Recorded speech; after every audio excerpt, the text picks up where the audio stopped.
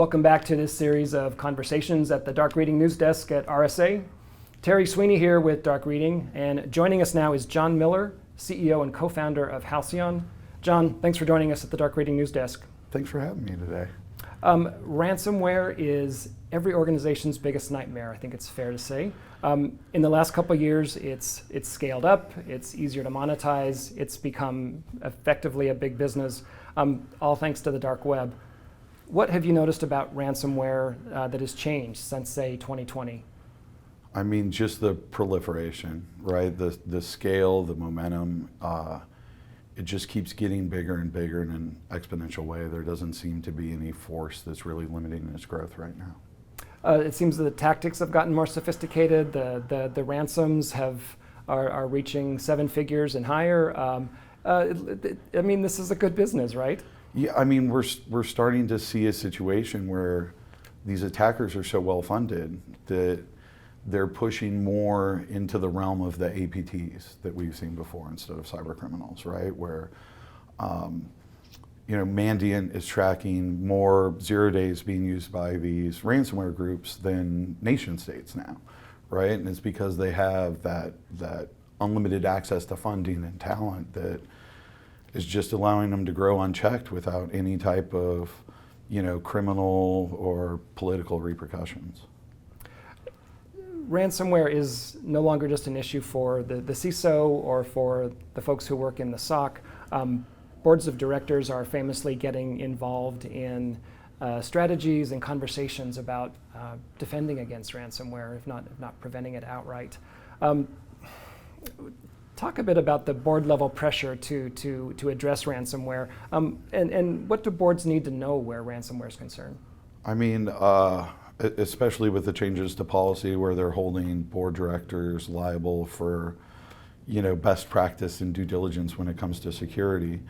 Outside of that, ransomware is really the biggest threat to an enterprise that we've seen before. Sure. Where they're willing to come in and disrupt the core operations, right? Where, we're seeing hospitals getting ransomware left and right to the point where people are dying now, right? Like the first U.S. citizen to die in a cyber attack was a baby in a hospital in Florida that got ransomware and it passed. The liability is in a different world, right? Because before, you had China where they'd come in, they'd steal your intellectual property, but there wasn't a direct, immediate business impact. Ransomware, you're dealing with a catastrophic failure that everyone sees, and the recovery time for these is horrible, right? We're seeing it drive businesses out of business, governments shutting down. Right. And there absolutely are steps that they can be taking, and essentially now's the time to take them. We're in an interesting situation where primarily these ransomware groups are coming out of, Russia, Eastern Europe, the ex-Soviet Union. And because of that, they're not levying the maximum impact that they can on the US right now, right? The Colonial Pipeline hack was a year ago, and we haven't seen another ransom with that type of public impact yet. And who knows if it'll ever come. But the problem with ransomware is it's so easy to do, it's so approachable, that it's going to go outside of Eastern Europe and Russia and end up in places where there aren't nation-state alliances, and you just have pure criminal groups doing it. And, everything's on the table then. Sure, right? I mean, the threat is real and enormous, but boards of directors, I mean, job one for them is managing risk. Absolutely. So it's not surprising that they're getting more involved here. You do raise the point of legal liability, that boards are being sued for failure to address this more effectively. Is there an effective way to really address ransomware? I mean, I'm biased. I like to think that my product Halcyon, the first purpose-built ransomware product, solves that business risk, but a lot of it is getting an understanding around your controls, right? the threat landscape, the threat surface is getting worse, and boards need to be enabling their CISOs. Budgets need to be going up. The only way to counteract an adversary with this level of sophistication is with the same level of sophistication on the other side. So for the big companies that have been, less willing to adopt the new tech and kind of wait for the market to settle and take it, if they don't start acting more quickly, they're going to be, left behind, so to speak, because the attacks are just evolving more rapidly today than we've kind of seen in history before. Halcyon is obviously focused on eradicating ransomware. Talk a bit about how your platform differs from, say, XDR tools and services that are out there. Yeah, absolutely. So while we absolutely offer a protection component, we were built to complement the existing EPP ecosystem, and we tried to focus more on the resiliency, right? When you're dealing with an attacker that has billions of dollars, they're going to be able to come up with a 0-day. They're going to be able to evade a product. How do you mitigate the business risk of the catastrophic event that comes with ransomware and get them back up and running again?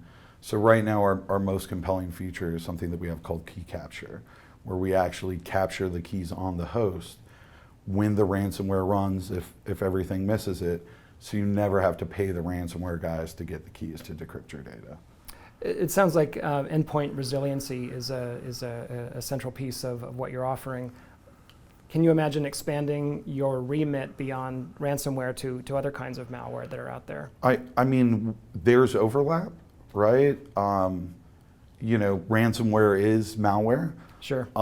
But right now we're hyper focused on bringing the tooling to ransomware specifically, and then working in concert with partners, right? The big vendors, the leaders in the space, and sharing intelligence and helping make them better at the same time.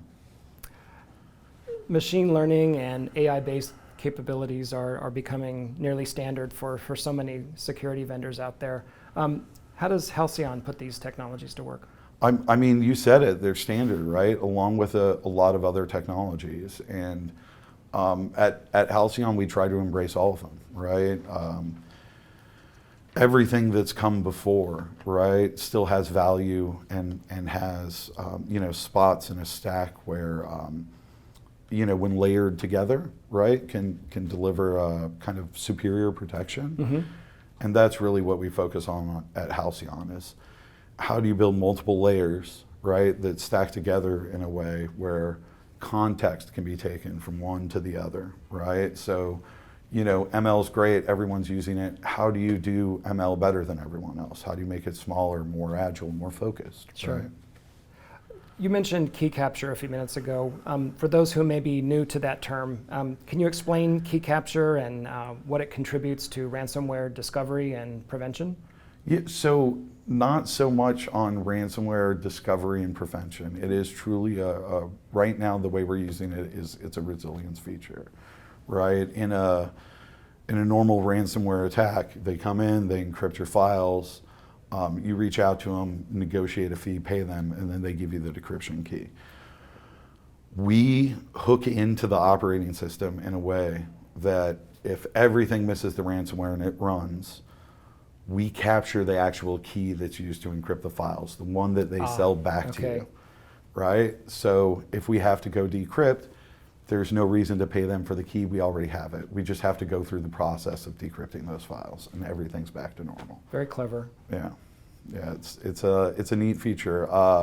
We're extending that very shortly with a feature that we call self-healing, where we actually undo file system and registry changes, so you don't even have to go through the hassle of decrypting the file, you can just undo it. But it's not ready yet. Deception is a growing technique for distracting bad actors and misleading them in the middle of an attack. How can deception and entrapment help short-circuit a ransomware attack? So we absolutely have deception in our product, but we've taken a different tact. So normally deception is used to mislead, right? Trick someone that's going on. an actual attacker. We use deception to trick the actual malware. So I don't know if everyone knows, but ransomware doesn't run in Russia. Right? Okay. It doesn't. Interesting. In the malware and all of them, they look for where they're at, and if they're in Russia, they terminate. So we trick the ransomware into thinking that it's in Russia, or that it's in an emulator, or that a kernel level debugger is running. We reverse engineered all of the malware and looked for all of the statements where they said, if something is there, bail out, and we deceive the actual process as it goes to run to make it think that all those things are true. And if it kills itself, only ransomware does it. No legitimate software in the world is not going to run because it's in Russia. So you know, if you trick it, it's got to be bad. Great stuff on ransomware, Jon. You've actually given me some hope where the future of ransomware defense is concerned. Oh, yeah, I mean, it's definitely a winnable problem, right? It's just, unfortunately, it's something that's ultimately, it needs to be solved with criminal charges, right? People need to go to jail for it. On the technological side, it's a cat and mouse game, right? And as long as you can stay a step ahead, there's always the ability to defeat them. And the ransomware groups specifically have some vulnerabilities that no attackers on the internet have had before, right? Like there was always the saying that, you know, if a government wants to get in, they're going to get in, right? And absolutely, if a ransomware group had that much motivation, they have the capabilities, they have the technology. The difference is they're running a business, right? So if the cost to hack you is exponentially higher than someone else, they're not even going to deal with it, right? In a target-rich environment, you eat the lowest hanging fruit first. The other nice thing is they're very open, right? Like ransomware groups aren't the only ones perpetrating it. They have affiliate networks. They enable third parties to come in and use their software and take a piece of it.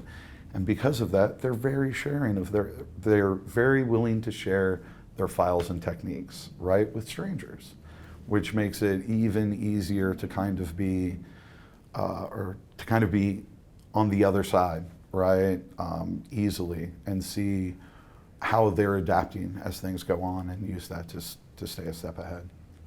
Jon, thank you for stopping by the Dark Reading News Desk. Thanks for the time. We've been talking with Jon Miller of Halcyon.